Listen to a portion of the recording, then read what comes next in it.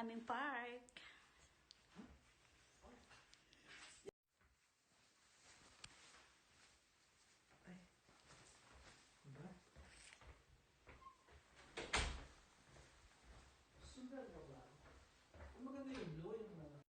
Ayan, ito na yung palabas namin.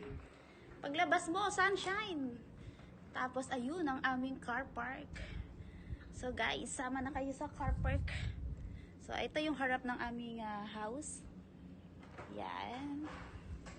So lakad tayo papuntang car park ni asawa. Ayan, ito yung car park namin. So yan. Everyday, ito yung life namin. Of course, sasakay na kay Snuggle, kay Mars. Okay guys, dito na kami. Dito kami magla-lunch sa Nectar Juice Bar.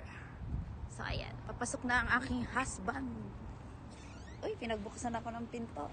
Pakita ko sa inyo yung loob. It's so nice. O, diba? Ang ganda. Simple-simple lang. Smoothie. Ayan, pakikita ko sa inyo. In order namin dyan yung waffle with toppings avocado. Kay Snuggle yung yung waffle na may berries, strawberry and blueberry.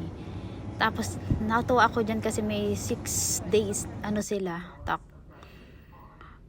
6 days na pwede mong inumin para ma-detox ka. Then, ayan yung mga menu nila. And may mga juices din sila. I think pinupuntahan to ng mga nag-gym. Kasi may malapit na gym dyan. Natuwa lang ako dito sa place nila. Kasi yung isang pinupuntahan namin, wala silang ganito na waiting area or pwede mong kainin yung food mo.